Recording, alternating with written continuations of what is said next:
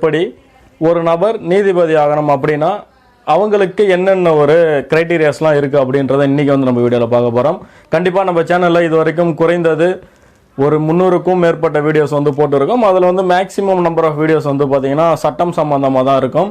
முடிஞ்ச அளவுக்கு எனக்கு தெரிஞ்ச இன்ஃபர்மேஷனை வந்து நிறையா அதில் ஷேர் பண்ணியிருக்கேன், லா இன்ஃபர்மேஷன்ஸ் பற்றி.